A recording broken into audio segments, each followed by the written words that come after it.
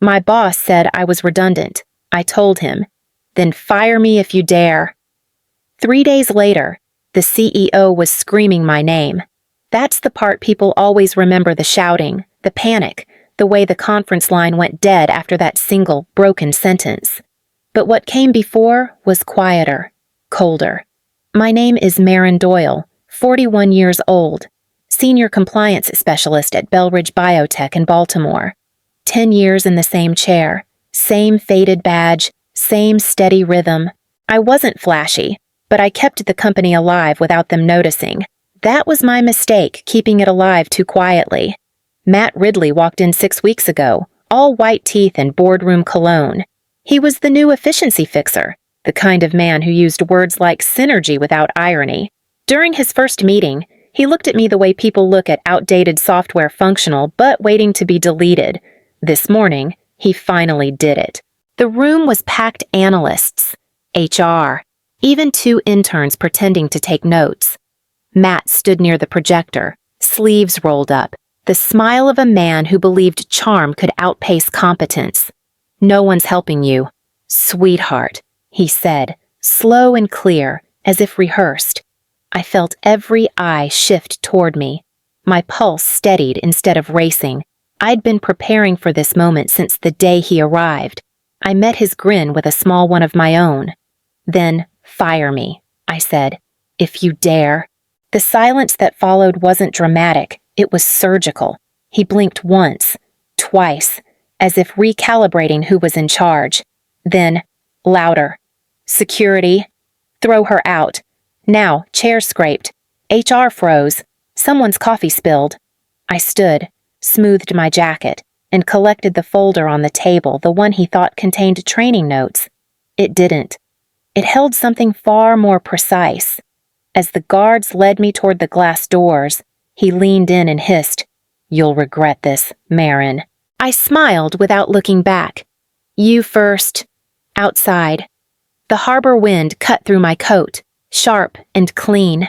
Behind me, the building's reflection trembled on the glass like a warning.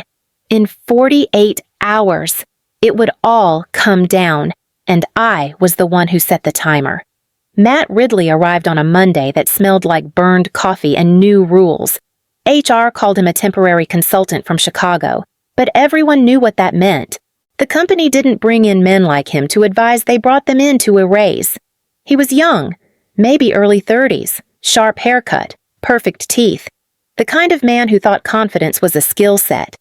"We're going to make this place leaner, faster, smarter," he said in the first meeting, pacing with a headset like he was launching a rocket instead of cutting jobs. The younger analysts leaned forward, wide-eyed, nodding as if buzzwords were oxygen. The older staff just stared at their hands. When he said synergy, I could almost hear the collective exhale of dread. "Who's managing compliance here?" he asked, scanning the room. I raised my hand. "Marin Doyle." He looked at me for exactly 1 second too long. "Ah, the legacy system expert." His smile never reached his eyes. After the meeting, he appeared at my cubicle. "I'll need full access to all regulatory files," he said. "Dashboards, renewal chains, whatever you keep in your, archives. Those are restricted," I said evenly. He leaned against the divider, lowering his voice. "See, that's the problem. Restriction. It slows progress. I'm sure you understand that times change." "I do," I said. "That's why I keep records." He laughed softly, a practiced sound. "I like your confidence. Let's make sure it doesn't get misaligned." When he left, I opened my drive and began to copy everything: licensing documents, certification renewals, internal approvals, each tied to my digital signature. I renamed the folder Church Pancake Recipes and uploaded it to a private cloud. Through the window, I could see Baltimore's harbor cranes rising beside the new biotech towers, iron against glass. Old bones holding up new ambition. The skyline looked like a warning no one was reading. By late afternoon, Matt's voice carried down the hallway, charming a group of interns. "We need to phase out the old infrastructure," he said. I saved the backup and closed my laptop. Old infrastructure, I thought. That meant me. The office was silent after 8. Most people were already home, streaming shows or forgetting their day. I stayed, not because I had work, but because quiet is the only time truth speaks clearly. The glow from my monitor flickered against the glass, reflecting a woman who looked steadier than she felt. I opened the folder labeled Church Pancake Recipes and scrolled past the licenses I'd copied. 43 documents, each with a federal seal, each tied to my signature, one name connecting them all mine. I opened another file, my employment contract, dated 10 years ago. The font was small, the legal language thick as fog, but I knew exactly where to look. Clause 7C. In the event of termination due to redundancy, all company-funded certifications and regulatory credentials shall be considered void within 48 hours of contract nullification. It was my handwriting in the margin, the faint note I'd added 5 years earlier after a near merger, confirm biometric signatory exclusivity. I had slipped it in during the contract revision round when no one was paying attention, just another compliance tweak in a sea of paperwork. I printed the page, stamped it, and slipped it into a plain folder. The next morning, I'd take it to a notary near the train station. Just a precaution, I told myself. A safety pin in case the parachute failed. The hum of the air vents carried down the hall as footsteps approached. Matt's reflection appeared in the glass wall behind me. Still here, he asked. That's dedication or paranoia? Documentation, I said without turning. He smiled. Same thing, depending on who's watching. When he walked away, I shut the laptop and sat still for a moment. My pulse was calm. My decision wasn't born of anger or fear. It was survival written in legal ink. I slipped the notarized copy into the same flash drive that held every license and renamed it Breakfast Notes. Version 3. By the time the city lights dimmed, I'd already built my escape hatch quiet, invisible, and airtight. By Thursday morning, the office felt rehearsed, too quiet, too polite. I knew what was coming the moment I saw the meeting invite, team realignment and efficiency review. Matt stood at the head of the conference table, a blue slide glowing behind him that read, Restructure for Growth. He loved that word growth, even when it meant cutting the roots. Let's be honest, he said, pacing. Some of our processes are stuck in the past. We need agility, faster compliance responses, real-time accountability.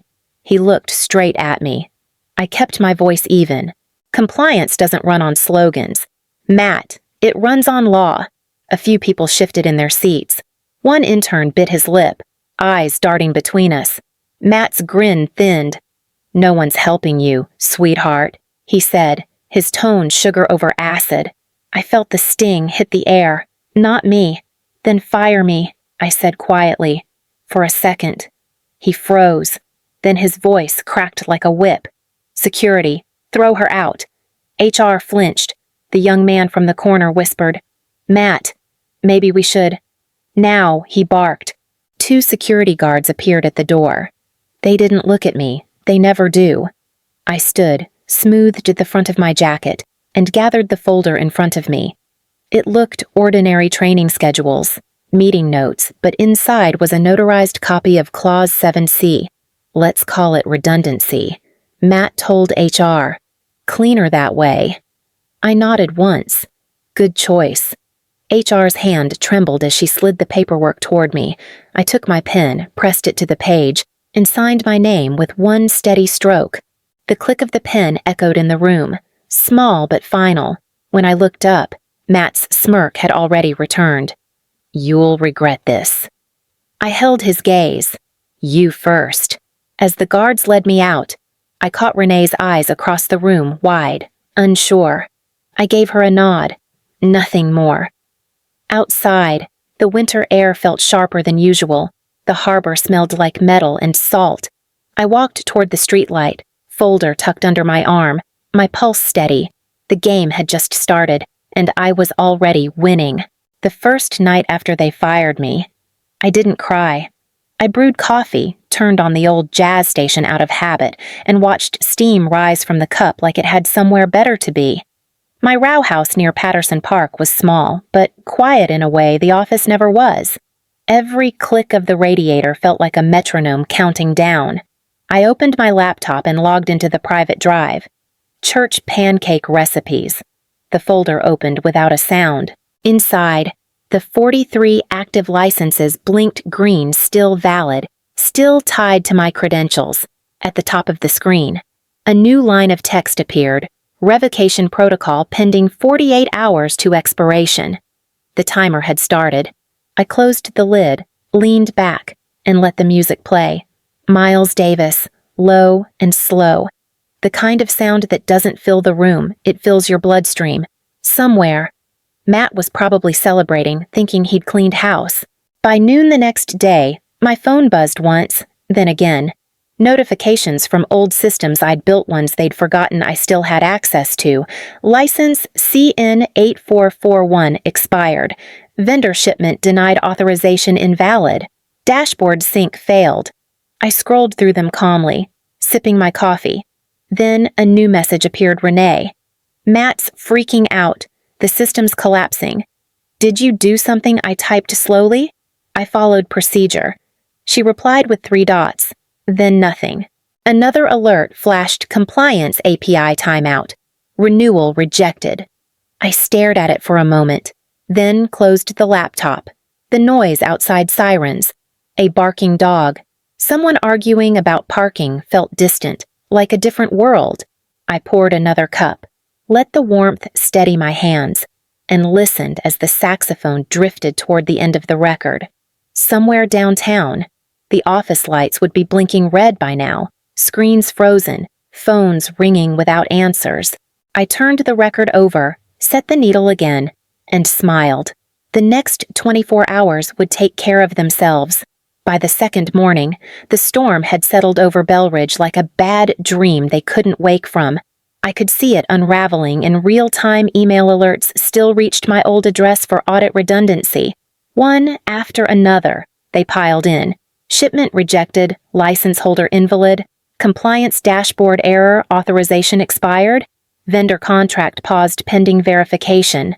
I poured a glass of wine even though it wasn't noon yet. The reports kept coming. At Belridge, Matt was pacing the open floor, barking orders. Renee told me later how it started. Just update the contact info, he said, snapping his fingers at IT. Put my name where hers was. The young tech blinked. It doesn't work like that, sir. Her credentials were biometric. Matt leaned over his desk. You're telling me we can't even change a name? Renee spoke up, quiet but firm. It's not just a name. Marin was the registered compliance officer. Without her digital key, no federal platform will sync. Every renewal path goes through her ID. He glared at her. Then we'll brute force it. Sir, that's do it. When the tech hesitated, Matt grabbed the keyboard himself. He typed fast, muttering something about passwords and outdated systems. 30 seconds later, the monitor flashed access denied, IP blacklisted, notification sent to internal audit. Someone gasped. The screen turned red. Then the next one. Then another. Within minutes, every terminal on the floor started pinging tiny alarms echoing off glass walls. Matt froze, fingers hovering above the keys, sweat beating on his temple. It's just a glitch, he said, voice cracking. She didn't have that kind of control. But she did. Renee stood a few feet away, watching him crumble.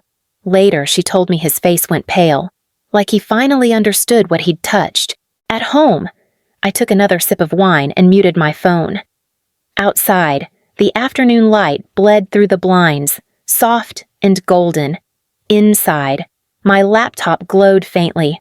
43 red icons lined up in perfect order. The system wasn't broken. It was following instructions. Thursday morning arrived with a silence thick enough to choke on. By 9 o'clock, Belridge Biotech was paralyzed, phones ringing without answers, servers blinking red like a fever. I wasn't there to see it, but the story reached me before lunch. Gregory Winslow, the CEO, had just flown in from Florida, sunburned and smiling. ready to check on progress. He barely made it past reception before the chaos hit him. "Why are operations offline?" he demanded. No one spoke. The elevator ride up was silent except for the ping of error alerts from every floor. When he walked into the bullpen, the room froze. Matt was pale, sleeves rolled, voice thin. "Sir," he started, "we're experiencing some temporary compliance issues." Gregory slammed a folder onto the table. "Compliance issues. Half our vendors are frozen." "Who authorized this?" Matt swallowed hard. "It's an access complication. The former compliance officer." "Which one, Doyle?" "Maren Doyle." Gregory's voice dropped an octave. "You fired her." "She was redundant. Across the room." Someone whispered. "The license holder." Renee shut her eyes. Gregory spun toward her. "What does that mean?" Renee hesitated, then said softly, "She was the sole signatory for all federal and clinical certifications. Every active project reports through her credentials." Gregory stared at Matt, color draining from his face. "You fired the person who legally allows us to exist before anyone could speak." The front desk called through the intercom. "Sir, there are inspectors here. Federal audit team. They're asking for the compliance officer." The room went still. Matt looked like he might be sick. "Tell them I'll handle it," Renee whispered. "You can't. Without Marin's ID, they can't even step inside." Gregory pinched the bridge of his nose, muttering, "Unbelievable. 3 days. I leave for 3 damn days." Down in the lobby, 3 inspectors waited with clipboards and quiet authority. Upstairs, Belridge's leadership stood frozen around a dead screen. The company's heart stopped mid-beat. At my kitchen table, I stirred cream into my coffee and watched the clock. 48 hours had passed. The fuse had reached its end. By mid-afternoon, the noise from Belridge had turned desperate. My inbox filled with forwards from old contacts, panicked messages, half-finished requests, subject lines written in all caps. I ignored them until I saw one name appear, Gregory Winslow, the CEO himself. The email was formal, polished, clearly written by legal. Emergency consulting proposal 6-month term. Full confidentiality clause. Attached was a generous offer and a non-disclosure agreement that practically begged. They wanted me back. 10 minutes later, my phone rang. His voice carried that expensive confidence people learn from private schools and boardrooms. "Marin," he said, too calm. "Let's not make this personal. Mistakes were made. We're prepared to be flexible title, salary, whatever it takes." I let the silence stretch until he cleared his throat.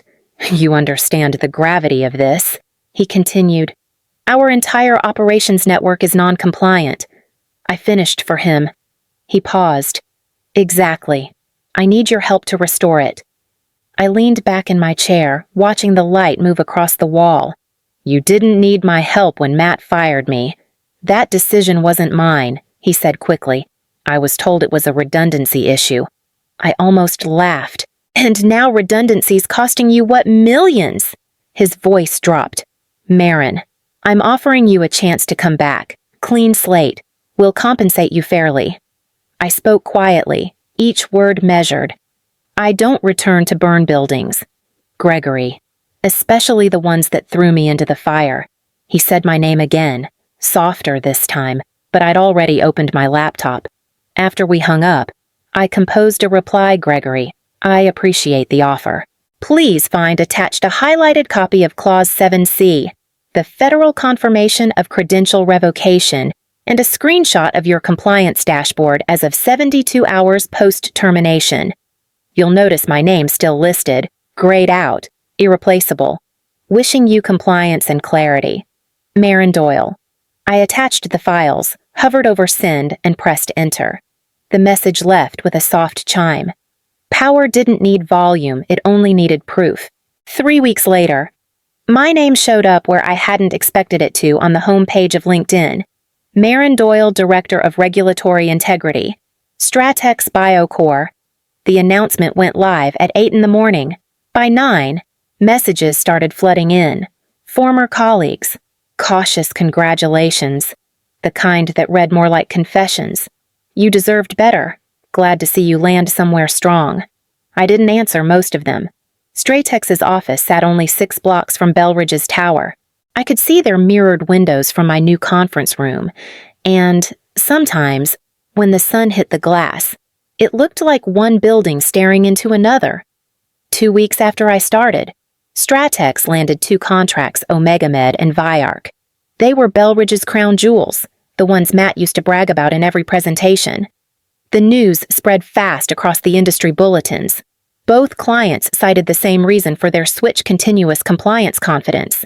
That phrase had my fingerprints all over it. I was reviewing a new audit schedule when my phone buzzed. A message from Renee. They deserved it. I stared at the words for a moment before replying. They built walls. I built another castle. She sent a single heart emoji and went offline. Later that afternoon, during a meeting, my new team gathered around the table, young, eager, unafraid of quiet. My supervisor, a woman who had built Stratex from the ground up, said, "We don't chase headlines here. Marin, we protect them. That's your kingdom now." I nodded, thinking of the dashboards back at Belridge still red, still choking under their own neglect. No anger surfaced this time. No satisfaction either. Just a stillness that felt earned. After work, I walked past the harbor, across the water. Belridge's logo flickered, one light missing from the sign. The reflection rippled on the surface, broken and uneven. I pulled my coat tighter and kept walking toward the new tower mine now, the one that still glowed steady against the night. The morning light in Baltimore filtered through the blinds of my new office, soft and clean. The air smelled of fresh paint and espresso. On my desk, a mug of coffee steamed beside a single yellow sticky note pinned to the monitor. 5 words, written in block letters in case they ever forget I was the license. I hadn't written it. It was Renee. She'd stopped by on my first day at Stratex, left it without a word, just a quiet smile before heading to her new department. She'd jumped ship 2 weeks after me. Smart girl. I turned back to the screen. The compliance dashboard glowed steady and green, no alerts, no failures, no blinking red lines waiting to collapse. Every number in sync, every certificate live. Perfection. Not by luck, but by structure. A knock at the door pulled me out of the screen. It was Jordan, one of the junior analysts. "Morning, Marin. Audit preps finalized. Everything cleared by internal review. Good." I said, "Send the files to BioCore's vendor portal and archive the confirmations." He nodded. "Already done." When he left, I leaned back, letting the chair tilt just slightly. Across the harbor, Belridge's glass tower still stood half their lights dark, the company trapped in the paperwork they never understood. The headlines had faded, but the consequences hadn't. My phone vibrated once a notification from an industry journal. "Belridge Biotech license appeal denied." I read the headline, then swiped it away. It wasn't satisfaction that settled in me, it was quiet certainty. I hadn't destroyed anything. I'd just stopped holding it together. The coffee had cooled, but I lifted it anyway, taking a slow sip as I watched the sunlight spread across the city. The world outside moved on, unaware of the small wars fought behind office glass. I looked at the sticky note again, tracing the ink with my thumb. "They fired a person they thought was obsolete," I said under my breath. Turns out, I was the system. Then I smiled, deleted the last alert in my inbox, and started my day.